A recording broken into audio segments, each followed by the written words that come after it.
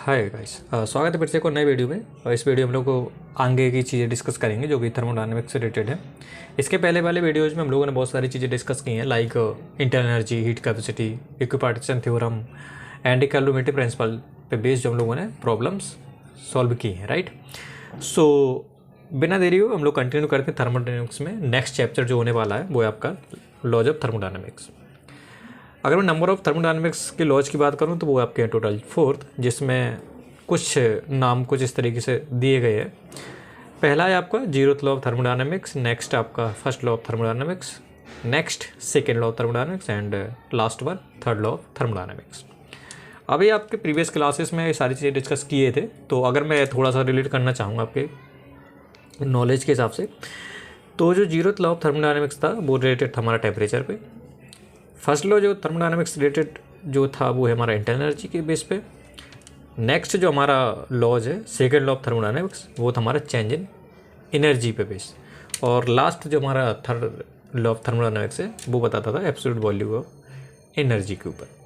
तो ये हमारे इनिशियल, अगर मैं कॉन्सेप्ट की बात करूँ तो ये हमारे दिमाग में होने चाहिए कि कौन सा लॉ किस पे बेस्ड है या कौन सा लॉ कौन सी क्वांटिटी को डिफाइन करता है। तो ये सारी चीज़ें हम लोग बात करेंगे नेक्स्ट वीडियो में, और अच्छी तरीके से सारी चीज़ें डिस्कस करेंगे, like first law, second law, third law, इन सारी चीज़ों के बारे में बात करेंगे धीरे धीरे।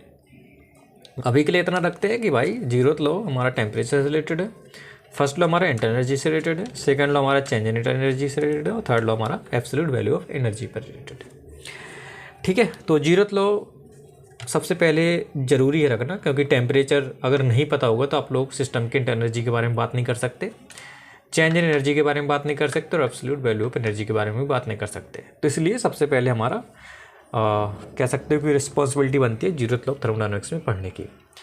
जब तक कॉन्सेप्ट हमारा टेम्परेचर का क्लियर नहीं होगा तब तक हम लोग आगे के लॉज के बारे में बात नहीं कर सकते। सबसे पहले हम लोग बात करते हैं जीरोथ लॉ ऑफ थर्मोडायनेमिक्स की। जीरोथ लॉ ऑफ थर्मोडायनेमिक्स में अगर मैं बात करूं कि हम लोग किस तरीके से इसको डिफाइन करते हैं, तो अगर मैं आपसे बोलूं कि आपके पास 3 सिस्टम कुछ इस तरीके से डिफाइन है, लाइक एक सिस्टम ए है, बी है, सी है।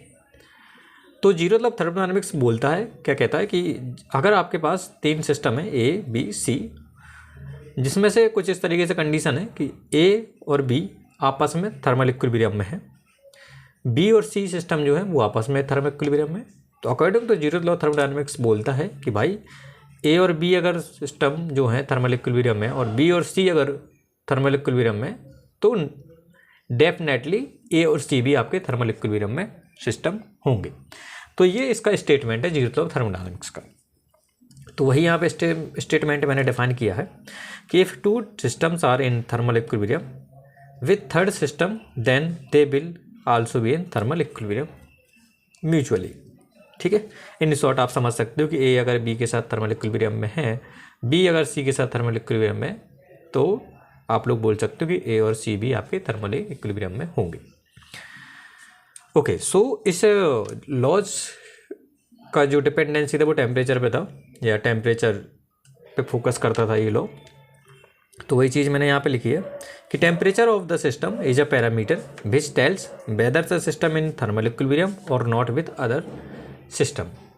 तो टेम्परेचर एक ऐसी क्वांटिटी है सिस्टम की जो बताएगी आपकी कि भाई सिस्टम थर्मल इक्विलिब्रियम में है या नहीं है नेक्स्ट सिस्टम के साथ। तो ये हमारी जीरोथ लॉ के बारे में बात कंप्लीट होती है इन शॉर्ट। अभी हम लोग आगे भी न्यूमेरिकल प्रॉब्लम में देखेंगे कि कैसे हम लोग यूज करते हैं जीरोथ लॉ को और आगे के लॉज को।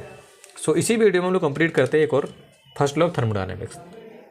जीरोथ लॉ ऑफ थर्मोडायनेमिक्स में हम लोगों को कॉन्सेप्ट समझ में आ गया टेम्परेचर का, भाई टेम्परेचर किस तरीके से रिलेटेड होगा एक सिस्टम का दूसरे सिस्टम के साथ।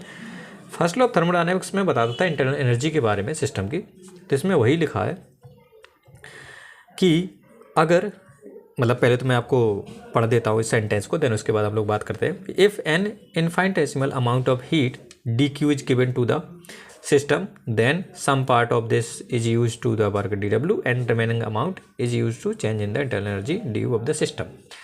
तो इसने मतलब ऑब्वियसली फर्स्ट लॉ के अकॉर्डिंग उन्होंने यही बोला कि अगर आप किसी सिस्टम में हीट सप्लाई करते हो, लाइक डी क्यू आपने सप्लाई किया, तो इस डी क्यू का कुछ पार्ट आपका वर्क करने में जाएगा और जो बचा हुआ पार्ट होगा वो सिस्टम के इंटरनल एनर्जी को चेंज करने में जाएगा। तो यही हमारा फर्स्ट लॉ थर्मोडायनेमिक्स बोलता है कि जो आप हीट सप्लाई करते हो किसी सिस्टम में तो वो दो पार्ट में डिवाइड होती है, एक काम करने में और एक इंटरनल एनर्जी चेंज करने में। तो अगर मैं इस स्टेटमेंट को मैथमेटिकली लिखना चाहूँ तो कुछ इस तरीके से लिख सकता हूँ, D Q is equal to D W plus D U. D W क्या है, work done by the system, and D U आपका इंटरनल एनर्जी का चेंज सिस्टम की।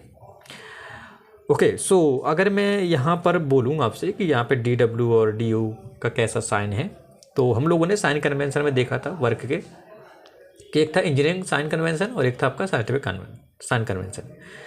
तो ये अपोजिट था वर्क के पर्पज़ से। तो अगर मैं इन साइंटिफिक साइन कन्वेंशन के हिसाब से फर्स्ट लॉ ऑफ थर्मोडायनेमिक्स लिखना चाहूँ तो मैं कुछ इस तरीके से लिखूँगा, क्योंकि ये अपोजिट होते थे वर्क के साइन। तो ये इंजीनियरिंग साइन कन्वेंशन और ये आपका साइंटिफिक साइन कन्वेंशन है। तो ये हमारा फर्स्ट लॉ ऑफ थर्मोडायनेमिक्स बोलता है कि भाई अगर सिस्टम में आप हीट सप्लाई कर रहे हो तो उसका सम पार्ट आपका वर्क डन में जाएगा और सम पार्ट एनर्जी या इंटरनल एनर्जी को चेंज करने में जाएगा। तो इस तरीके से first law of thermodynamics mathematically हम लोग डिफाइन कर सकते हैं। अब बात आती है कि भाई ये सिग्निफिकेंस क्या है इस फर्स्ट लॉ ऑफ थर्मोडायनेमिक्स में। तो फर्स्ट लॉ ऑफ थर्मोडायनेमिक्स का जो सिग्निफिकेंस बताता है कुछ इस तरीके से कि जो हीट है वो आपके एनर्जी का एक दूसरा फॉर्म है। तो हीट कुछ नहीं, मतलब अगर आप हीट के बारे में बात करना चाहें हीट है क्या, तो ये चीज़ बताती है फर्स्ट लॉ ऑफ थर्मोडायनेमिक्स कि हीट भाई कुछ नहीं है, वो एनर्जी का एक दूसरा फॉर्म है जिसको हम लोग हीट के नाम से जानते हैं। नेक्स्ट चीज़ बताता है कि internal energy of the system is a state function. First law of thermodynamics से डिफाइन हो जाता है कि जो एनर्जी होती है या internal energy of the system होती है वो एक स्टेट फंक्शन है। और अगर स्टेट फंक्शन है तो अगर मैं इनिशियल से फाइनल स्टेट में जाता हूँ तो जो चेंज इन इंटरनल एनर्जी होगी वो होगी यू एफ माइनस यू आई। तो जब एक्सपेरिमेंटली या फिर प्रैक्टिकली देखा गया कुछ इस तरीके से कैसे हम लोग स्टेट फंक्शन को हम लोग डायरेक्ट बोल सकते हैं यहाँ पे। तो अगर मैं एक पीवी डायग्राम की बात करता हूँ और बात करता हूँ इनिशियल से फाइनल स्टेट में पहुँचने का, यहाँ पे डिफरेंट पाथ्स मैंने चूज किए, पाथ 1, पाथ 2, 3, 4 एंड 5। और हर एक पाथ में मैं हीट ट्रांसफ़र या फिर हीट रिजेक्टेड और वर्क डन की बात करता हूँ। तो अगर मैं पहले पाथ से जाता हूँ तो पहले पाथ के लिए जो हीट सप्लाई है वो है हमारे डेल्टा Q1 या फिर हीट ट्रांसफ़र जो है आपका डेल्टा Q1 मैंने लिखा, और जो पाथ 1 में जो आपका वर्क डन है वो आपका डेल्टा W1 है। सिमिलरली सेकंड पाथ के लिए मैंने डिफाइन किया delta Q2, delta W2 and so on. अब यहाँ पे आप लोग देख सकते हो कि अगर मैं एनर्जी कंजर्वेशन में देखूँ तो एनर्जी कंजर्वेशन में क्या बताया गया था कि आपने जो हीट सप्लाई की या जो हीट ट्रांसफ़र किया सिस्टम को वो वर्क में जाएगा और साथ साथ चेंज इन इंटरनल एनर्जी में जाएगा। तो अगर मैं यहाँ पे देखूँ कि जो पहले पाथ में जो एनर्जी का डिफरेंस है या फिर बोलो हीट और वर्क का जो डिफरेंस था वो आपका हर एक पाथ के लिए सेम आ रहा था। ये प्रैक्टिकली देखा गया।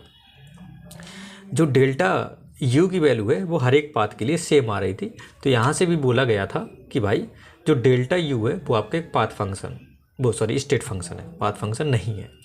और अगर पाथ फंक्शन नहीं है तो ये स्टेट पे डिपेंड करेगी, मतलब इनिशियल और फाइनल पोजीशन पे ही डिपेंड करेगी हमारी सिस्टम की इंटरनल एनर्जी।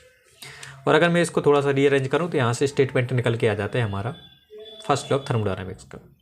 तो delta Q equal to delta U plus delta W. तो यहाँ से हमारा मतलब कह सकते हो कि ये फर्स्ट लॉ को हम लोग यहाँ से भी वेरीफाई कर सकते हैं। और 4 इनफाइनाइट डेसिमल चेंज के लिए अगर बात करूँ तो ये आपका D Q equal to D U plus D W. तो यहाँ से भी हम लोग फर्स्ट लॉ थर्मोडायनेमिक्स यहाँ से अचीव करते हैं। ठीक है, नाउ ये तो हो गए फर्स्ट लॉ थर्मोडायनेमिक्स के स्टेटमेंट की मैथमेटिकली की बात।